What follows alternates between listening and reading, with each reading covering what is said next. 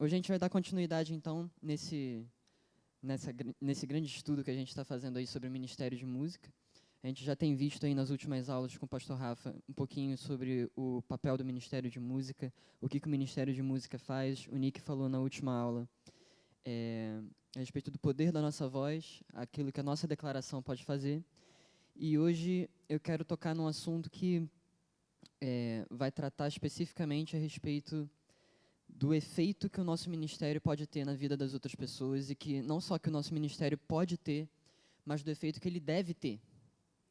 E a gente vai estar seguindo nisso aí junto, amém? Então, o assunto que a gente vai ver hoje é isso aí, cantando liberdade. A gente não cantar de qualquer jeito, a respeito de qualquer coisa, mas a gente está trazendo liberdade não só na nossa vida, mas na vida de outras pessoas. O louvor tem esse papel, tem esse chamado, essa missão da parte de Deus. Eu quero convidar você a abrir sua Bíblia junto comigo em 2 Crônicas 20. Texto bem conhecido já de vocês, mas a gente vai estudar ele um pouquinho nessa noite. 2 Crônicas, capítulo 20, eu vou ler a partir do versículo 1. Vamos passar até rapidinho nesse início, só para dar um contexto. A gente vai tratar mais a fundo a partir do versículo 20, mais para frente. Mas a partir do versículo 1, depois disso, os filhos de Moabe e os filhos de Amon, com alguns dos meunitas, vieram à peleja contra Josafá. Então, logo de cara, a gente já vê que meio que apelaram, né? Juntou os filhos de Moabe, os filhos de Amon e alguns dos meunitas. A gente vê que em outras versões fala também sobre, a NVI fala os homens do Monte Seir. Então juntou aqui pelo menos 3 povos. Juntaram contra Judá e foram ali para ir contra esse povo. E Josafá, a gente vai ver que ele, como rei de Judá, ele olha essa situação e ele fala, caramba, a gente não tem forças para combater isso. Eram 3 povos que se juntaram para aniquilar Israel, para aniquilar o povo de Judá. Então vamos continuar aqui. Então vieram alguns que avisaram a Josafá, dizendo, grande multidão vem contra ti além do mar da Síria. Eis que já estão em Azazon Tamar, que é em Gedi. E no verso 3 a gente vê que Josafá teve medo e se pôs a buscar ao Senhor. Então ele teve medo, o medo apareceu, ele chegou na vida de Josafá, mas Josafá ele toma um posicionamento de não escolher olhar e dar mais foco para as circunstâncias, para aquilo que a adversidade estava mostrando para ele. Ele escolheu se propor a buscar ao Senhor. Então, ele faz que nem Davi fez, né, naquela passagem que a gente também conhece, que ele escolheu se fortalecer no Senhor no momento da sua angústia. E isso fez toda a diferença, a gente vai ver isso. E ele apregou o jejum em todo o Judá. Então, ele incentivou também todo o povo a buscar o Senhor junto com ele. No versículo 4, Judá se congregou para pedir socorro ao Senhor. Também de todas as cidades de Judá veio gente para buscar ao Senhor. Pôs-se Josafá em pé na congregação de Judá e de Jerusalém, na casa do Senhor, diante do pátio novo, e disse, Ah, Senhor, Deus de nossos pais, porventura não és tu Deus nos céus? Não és tu que dominas sobre todos os reinos dos povos? Na tua mão está a força e o poder, e não há quem te possa resistir. Porventura, ó nosso Deus, não lançaste fora os moradores dessa terra de diante do teu povo de Israel, e não a deste para sempre a posteridade de Abraão, teu amigo? Habitaram nela, e nela edificaram um santuário ao teu nome, dizendo, se algum mal nos sobrevier, espada por castigo, peste ou fome, nós nos apresentaremos diante dessa casa, e diante de ti, pois o teu nome está nesta casa. E clamaremos a ti na nossa angústia, tu nos ouvirás e nos livrarás.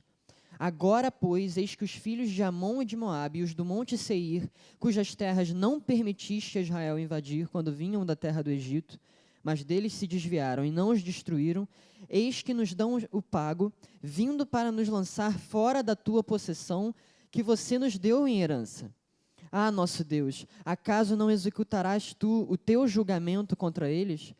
Porque em nós não há força para resistirmos a essa grande multidão que vem contra nós, e não sabemos nós o que fazer. porém os nossos olhos estão postos em ti. Então Josafá, nesse momento, ele resolve se posicionar da maneira certa, e todo Judá estava junto com ele. A gente vê que ele deu a ordem, e todo Judá se colocou em jejum junto com o rei, e todo o povo se pôs a buscar junto ao Senhor. Isso fez diferença.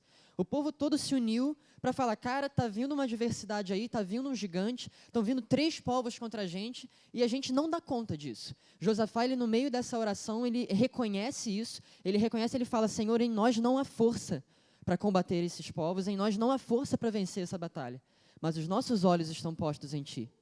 Então ele se posiciona da maneira correta, e o povo todo, a gente vê no verso 13, todo Judá estava em pé diante do Senhor, como também as suas crianças, as suas mulheres e os seus filhos. Então é o posicionamento de todo o povo. Todo o povo, ele se posiciona e ele decide, vamos buscar o Senhor, porque ele prometeu.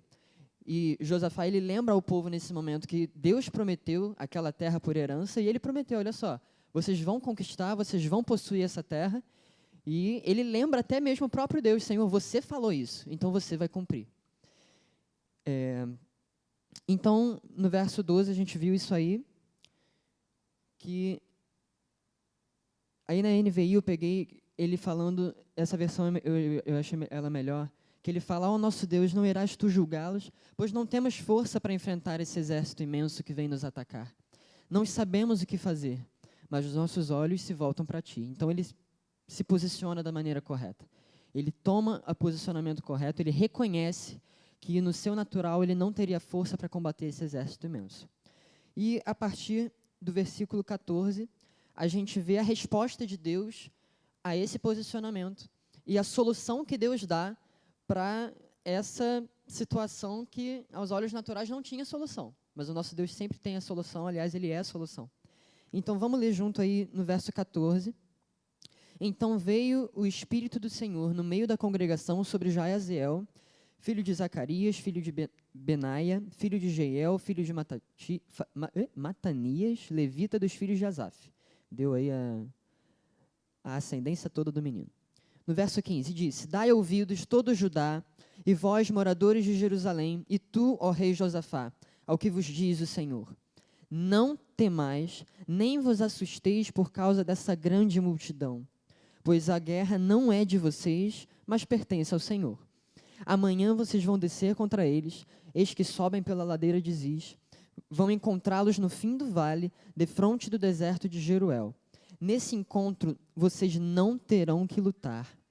Tomem posição, fiquem parados e vejam o salvamento que o Senhor vos dará, ó Judá e Jerusalém. Não tenham medo, nem vos assusteis. Amanhã saiam ao encontro deles, porque o Senhor é convosco.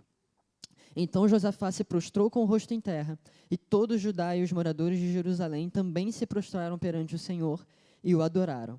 Dispuseram-se os levitas, dos filhos dos coatitas e dos coreitas, para louvarem o Senhor, Deus de Israel, em voz alta, sobremaneira. Então, a gente vê aqui que a solução do Senhor foi, não temam. Vocês vão tomar posição em tal lugar e vocês vão esperar e observar enquanto o exército vai ser derrotado. E na mente natural eu fico imaginando que com certeza eles pararam, tá, ok, não faz sentido. Mas Israel já viu o Senhor fazer muitas coisas, e eles se puseram a buscar o Senhor, eles se puseram a se lembrar de todas as coisas que Deus fez através deles e na vida deles, desde abrir o Mar Vermelho para eles passarem a pé enxuto, até cada conquista da terra. Então eles foram se lembrando disso, e o coração deles estava em paz nesse sentido. Tanto é que você não vê Israel questionando ou falando, pô, mas não faz sentido. Eles simplesmente se prostram e adoram a Deus, e é isso aí, vai dar certo. Se Deus falou, vai dar certo. E a partir do versículo 20, na NVI, vamos acompanhar aqui, fala assim, de madrugada partiram para o deserto de Tecoa. Quando estavam saindo, Josafá lhes disse, escutem-me Judá e povo de Jerusalém. Tenham fé no Senhor, o seu Deus, e vocês serão sustentados. Tenham fé nos profetas do Senhor e terão a vitória. Depois de consultar o povo, Josafá nomeou alguns homens para cantarem ao Senhor e o louvarem pelo esplendor de sua santidade. indo à frente do exército, cantando: deem graças ao Senhor, pois o seu amor dura para sempre. O seu amor dura para sempre. Então, Josafá, ele dá ordem a alguns homens do exército, e ele fala: vão à frente do exército. Eu achei isso muito interessante, vão à frente do exército. No verso anterior, a gente viu que ele nomeou alguns homens para cantarem ao Senhor e o louvarem, indo à frente do exército. Isso, eu não sei você, mas isso é uma estratégia que a gente no exército entende que não faz o menor sentido. Militarmente falando, quem vai à frente do exército é o cara que vai morrer primeiro. Quem vai à frente do exército é o cara que vai ali no combate corpo a corpo. É a infantaria que vai à frente do exército. Não faz sentido você mandar cantores à frente do exército para encarar armas. O exército inimigo ia chegar com armas, ia chegar com sei lá, o que tinha naquela época, com arco e flecha, e logicamente falando não tinha sentido algum, mas essa foi a solução que o Senhor inspirou no coração de Josafá. E esse é um detalhe muito legal que a gente vai estar vendo hoje, que ele pôs os cantores, ele pôs o ministério de música para ir à frente do exército. E aí, a estratégia do Senhor, militarmente falando, não faz sentido nenhum. E a gente vai ver, dando sequência aí, eles foram à frente do exército, e qual foi o resultado? Quando eles começaram a cantar e a entoar louvores, o Senhor preparou emboscadas contra os homens de Amon, de Moabe e dos montes de Seir, que estavam invadindo Judá, e eles foram derrotados. Os amonitas e os moabitas atacaram os do monte Seir para destruí-los e aniquilá-los. Depois de massacrarem os homens de Seir, destruíram-se uns aos outros. Quando os homens de Judá foram para o lugar de onde se avista o deserto e olharam para o imenso exército, viram somente cadáveres no chão. Ninguém havia escapado. Então, tudo que o Senhor havia dito para eles se cumpriu. Eles não precisaram levantar uma só arma. O exército não precisou se preparar para uma batalha física. Então, o Senhor falou: olha só, vocês vão se posicionar e vocês vão ver a vitória que eu vou dar para vocês. E Josafá não só creu nisso, como ele se posicionou a respeito. E ele falou: cara, vamos botar a galera da música na frente, porque eles vão incentivar a gente a dar graças ao Senhor pelo que ele já vai fazer. Ele prometeu, ele vai fazer. Então, os levitas foram à frente, os músicos foram à frente, entoando louvores: deem graças ao Senhor, porque Ele é bom e a misericórdia dEle dura para sempre.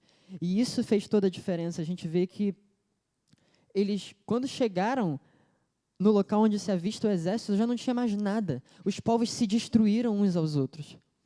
E isso é muito legal. Então, quando o povo começou a cantar a grandeza de Deus, quando o povo começou a entoar esses louvores, quando o povo se posicionou para louvar a Deus, aí eles viram a liberdade sobrenatural que Deus tinha para a vida deles. Uma situação em que, aparentemente falando, era uma situação de morte, era uma situação de desespero, mas a liberdade se manifestou no momento em que eles se dispuseram a louvar a Deus, no momento em que o coração deles se dispôs a estar no lugar certo. E eles louvaram ao Senhor, essa liberdade foi manifesta na vida deles. Amém? Eu quero dizer para você que não é a música em si que libera o poder de Deus, mas é o conteúdo das palavras cantadas em linha com a palavra que traz a liberdade. Então, é muito importante a gente ter essa consciência. Não é, Josafá mandou os músicos na frente e, eles estavam tocando e por isso deu certo. Não é isso. Não é a música em si, mas sim o que a gente está cantando. O conteúdo do nosso cantar. Até porque Deus não responde só a música, a palavra cantada, Ele responde à declaração, como a gente viu na semana passada. Então, não é a música, não é em si a melodia, não é a harmonia, isso tudo contribui, mas é aquilo que está sendo cantado. Daí a importância da gente sempre estar analisando aquilo que a gente está cantando, analisando as músicas, não cantar qualquer coisa. Mas o que traz liberdade é a palavra de Deus sendo cantada, sendo louvada. Amém? E a gente sabe que essa liberdade aqui nesse texto se manifestou na vida deles mesmos.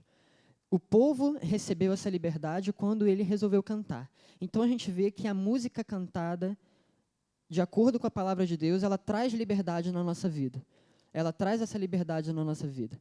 Essa mensagem tem esse lado da gente cantar a nossa liberdade, da gente estar disposto a ouvir de Deus, a estar trazendo à nossa memória sempre aquilo que nos traz a esperança, trazendo à nossa memória essa palavra que nos anima, que nos encoraja a vencer os obstáculos de cada dia. Então, tem esse lado da gente cantar proclamando a nossa liberdade.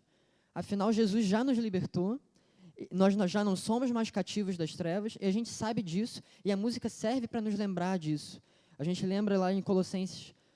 Então, nós podemos cantar a canção de vitória porque nós fomos libertos do poder das trevas. A gente vê isso lá em Colossenses, no capítulo 1, versículo que todo mundo também já conhece, que Ele nos libertou do império das trevas e nos transportou para o reino do Filho do seu amor.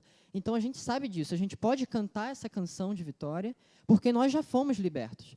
E quando a gente canta essa canção, a gente traz a nossa memória e a gente traz à existência essa liberdade para a nossa vida. Amém? Mas, além disso, eu quero ver um outro aspecto com vocês hoje. E a gente vai ver um pouquinho lá em Atos 16. Abre a sua Bíblia comigo também, por favor. Atos capítulo 16, a gente vê outra situação em que a situação estava feia para esses dois homens, Paulo e Silas, e eles se dispõem a louvar ao Senhor apesar das circunstâncias, e aquilo traz libertação, aquilo traz uma mudança de situação. Atos capítulo 16, a partir do versículo 19, diz assim: vendo os seus senhores, só dando um contexto, né? Então, Paulo e Silas, eles estavam nessa cidade, e eles tinham acabado de libertar uma mulher que era adivinhadora, se não me engano. E essa mulher, ela trazia muito lucro para alguns dos homens dessa cidade, e são exatamente esses homens que, quando viram que lhes desfizeram a esperança do lucro, ou seja, quando eles viram que Paulo e Silas, ao libertar aquela mulher, trouxeram prejuízo para eles, aí eles resolveram levar as autoridades, agarraram em Paulo e Silas, os arrastaram para a praça, à presença das autoridades. No verso 20, levando-os aos pretores, disseram: esses homens, sendo judeus, perturbam a nossa cidade, propagando costumes que não podemos receber nem praticar, porque somos romanos. Então levantou-se a multidão unida contra eles, e os pretores, rasgando-lhes as vestes, mandaram açoitá-los com varas. Depois de lhes darem muitos açoites, os lançaram no cárcere, ordenando ao carcereiro que os guardasse com toda a segurança. Esse, recebendo tal ordem, levou-os para o cárcere interior e lhes prendeu os pés no tronco. Então estava dando tudo errado. Paulo e Silas estavam fazendo aquilo que Deus chamou eles para fazer. Eles estavam levando liberdade para as pessoas, eles estavam pregando o evangelho, estavam curando pessoas, e foram presos por isso, foram açoitados, foram humilhados nesse lugar, e aos olhos naturais a situação não estava nada boa, e mesmo assim a gente vê que o posicionamento deles, a partir desse versículo a gente vai ver que eles escolhem não dar atenção, não focar a atenção deles para essas circunstâncias. Eles falam: cara, Jesus falou que a gente ia ser perseguido, então assim, está acontecendo tudo conforme planejado. Tipo, a impressão que dá é essa. E eles tomam um posicionamento correto, assim como Josafá e o povo. Então, vamos continuar aí. Eles se lembram, né, que apesar das adversidades, Deus era a liberdade deles, e começam a cantar e louvar a Deus no meio da prisão.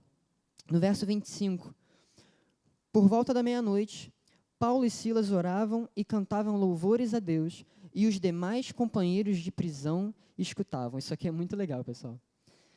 Por volta da meia-noite, Paulo e Silas oravam e cantavam louvores a Deus, e os demais, não era só a vida deles que estava sendo abençoada com isso, mas os demais companheiros de prisão estavam ouvindo aquilo. E no verso 26, de repente sobreveio tamanho terremoto, que sacudiu os alicerces da prisão, abriram-se todas as portas e soltaram-se as cadeias de todos. Na NVI falam que todas as correntes de todos os presos foram destruídas, né? E todos os presos foram libertos. Então, eu quero chamar a atenção de você que essa canção, esse louvor que sai dos nossos lábios, e nós somos um ministério de música, nós somos um ministério de louvor aqui em cima, e quando nós cantamos, não é só a nossa vida que é abençoada, não é só a nossa vida que ganha liberdade, onde manifesta a liberdade de Deus, mas o objetivo, o fim do nosso louvor também é trazer liberdade para a vida das pessoas, trazer liberdade para a vida das pessoas que estão aqui nos assistindo, não é nem nos assistindo, mas que a gente está servindo. Então, além de trazer liberdade para a nossa vida, você vê que eles estavam cantando, eles escolheram louvar e cantar a Deus, apesar dessas circunstâncias, apesar do que estava ao redor, apesar da situação estar muito ruim, eles escolhem louvar, eles escolhem adorar, e não só a vida deles é abençoada, como também a de todos os que estavam ao redor deles. O nosso ministério tem esse propósito, gente. Não é só a gente aqui que é abençoado, vocês sabem disso, mas é importante a gente estar lembrando disso. A gente tem um propósito e um chamado da parte de Deus de levar liberdade na vida das pessoas, de incentivar as pessoas a lembrar dessa liberdade, que a gente viu de Colossenses 1, verso 13, que é para todos, que é não só para nós, é para todos, mas é nosso chamado estar lembrando as pessoas disso. E Paulo e Silas, com o louvor deles, influenciaram toda uma situação a mudar, não só na vida deles, mas na vida dos outros também. Então, mais uma vez, o louvor que Paulo e Silas levantaram naquela situação trouxe liberdade, literalmente, já que eles estavam presos e depois do terremoto as cadeias se abriram. Então, eles estavam presos e ficaram livres. E o que é interessante é justamente que não só eles foram libertos, todos foram, as cadeias de todos foram abertas. Então, o nosso papel como ministros de louvor, e cada um de nós aqui em cima tem essa função de ministros, a gente entende que não é só a pessoa que está dirigindo o louvor, mas cada um, desde a bateria até o teclado, tem essa função de estar ministrando louvor para as pessoas, de estar ministrando música. Então, o nosso papel como ministros de louvor é levar libertação, não apenas para as nossas vidas, mas proclamar liberdade nas vidas das outras pessoas.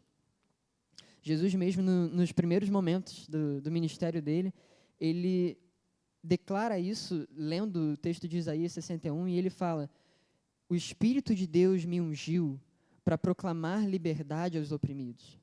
Então, da mesma forma, nós temos esse chamado também. Nosso ministério tem essa característica, ele tem esse chamado de levar liberdade para os oprimidos. As pessoas entram aqui, gente, e entram sedentas, entram com sede, vêm lá de fora com a mente pilhada, cara. E é real isso. As pessoas muitas vezes passam a semana inteira recebendo pressão, recebendo influência de fora. E o louvor, se você reparar, é o primeiro contato no culto que eles têm com a palavra. Isso não é à toa. Se você for reparar, no texto de 2 Crônicas, Josafá tem a estratégia de colocar o louvor à frente. Não é à toa que o louvor é colocado na frente também no culto. O louvor, ele tem essa característica, a música prende a atenção da mente das pessoas. Muitas das vezes, e uma coisa que eu vou falar aqui é muito legal, mas mais para frente, mas muitas das vezes as pessoas chegam aqui e o coração não está propício para receber, muitas vezes, a semente da palavra. A gente vê lá na parábola do semeador que tem muitos solos diferentes. Tem aquele solo que não está preparado, que a semente cai e o diabo vem e rouba, porque a pessoa ouviu, mas não entendeu. E tem o solo rochoso, que não criou raiz, mas tem um tipo de solo que é diferente. Lá em Marcos, capítulo 4, na NVI, versículo 18, tem outras sementes, que aí é a explicação da parábola, Jesus explicando a parábola. Como a semente lançada entre espinhos, eles ouvem a palavra, mas quando chegam as preocupações dessa vida, o engano das riquezas e os anseios por outras coisas, essas coisas sufocam a palavra, tornando-a infrutífera. Esse é o solo que tem espinhos. É o coração que tem espinhos ali no meio. Vocês conhecem isso aí. E muitas das vezes as pessoas chegam aqui cheias de espinhos. Não necessariamente no coração, mas na mente. As pessoas estão distraídas, chegam com preocupações da vida, chegam com, muitas das vezes, com situações e problemas que trazem ansiedade, e o foco da pessoa não está aqui. A pessoa vem para buscar a Deus, mas o louvor tem essa capacidade, por causa da música, que chama a atenção da mente, chama a atenção da alma, e a mente deles, ele se foca ali momentaneamente, e quando chega a palavra, essa palavra traz liberdade. E eu tenho essa imagem no meu coração de que nós servimos as pessoas também como uma espécie de gari. que muitas das vezes esse terreno que deveria estar fértil para receber a semente da palavra de Deus está com muitas coisas que vão sufocar essa semente. E muitas das vezes o louvor tem esse papel de varrer esses espinhos, de trazer limpeza para esse solo, de tal forma que quando vem a pregação da palavra, esse solo está propício. A pessoa, ela chega com uma mente preocupada, chega com uma mente cheia e cheia da influência lá de fora, e no momento do louvor ela foca a sua atenção, porque a música chama a atenção dela, e ela foca a sua atenção, ela começa a cantar, e é a palavra que está sendo cantada, e aquilo traz liberdade para a vida dela. E esses espinhos são retirados e o solo torna-se propício. Então a gente tem esse papel que é fundamental no culto. A gente não está aqui para fazer qualquer coisa. A gente chega aqui e um louvor bem tocado prende a atenção da pessoa e a pessoa é transformada durante o louvor, para na palavra ela ter esse coração receptivo, ela ter esse coração como um solo fértil, de tal forma que a semente que está sendo plantada não caia e seja sufocada pelas preocupações. Durante o louvor, a pessoa se lembra de tudo aquilo que a palavra diz a respeito dela. Ela se lembra que Deus está com ela, ao lado dela, em todos os momentos. Ela se lembra que, apesar das dificuldades que ela está passando, Deus não abandonou a vida dela. Deus está com ela e, apesar de tudo isso, Ele vai trazer a vitória. E o louvor tem esse papel de trazer esse lembrete para as pessoas. E as pessoas tomam esse posicionamento. E os espinhos são limpos. Então, isso é um outro aspecto do nosso ministério. Não só ele traz liberdade para as nossas vidas, mas a gente tem que lembrar todo dia, toda vez que a gente sobe nesse palco, a gente tem que lembrar por que a gente está aqui. A gente tem que lembrar que as pessoas são libertas quando a gente faz de coração, quando a gente faz guiado e dirigido por Deus. Não só toca meramente uma música, mas é dirigido por Deus para ministrar uma canção que vai trazer liberdade para a vida dessas pessoas. Amém? Então, só trazendo um esqueminha aí para facilitar o entendimento. Como a gente falou, não é só música, mas é a música prendendo a atenção das pessoas, se unindo à letra que fala da palavra de Deus. E isso traz um louvor que traz liberdade para a vida das pessoas. E a gente tem que lembrar disso, pessoal. O nosso chamado, o nosso propósito da parte de Deus é não só estar aqui para abrir um culto, é não só estar aqui para animar a galera. Ei, pessoal, vamos lá, e Deus é bom, amém? A gente está aqui para trazer liberdade. E muitas das vezes as pessoas chegam aqui com um coração oprimido mesmo, cheio de preocupações, e é no momento de louvor que elas vão ser libertas disso. Amém? Então, eu quero te incentivar. Nossa, acabei muito rápido, gente. É isso aí. Eu quero te incentivar a lembrar disso. Nós somos instrumentos de Deus para cantar liberdade na vida das pessoas. Não só na nossa vida, mas nós somos instrumentos de Deus para promover essa libertação na vida das pessoas.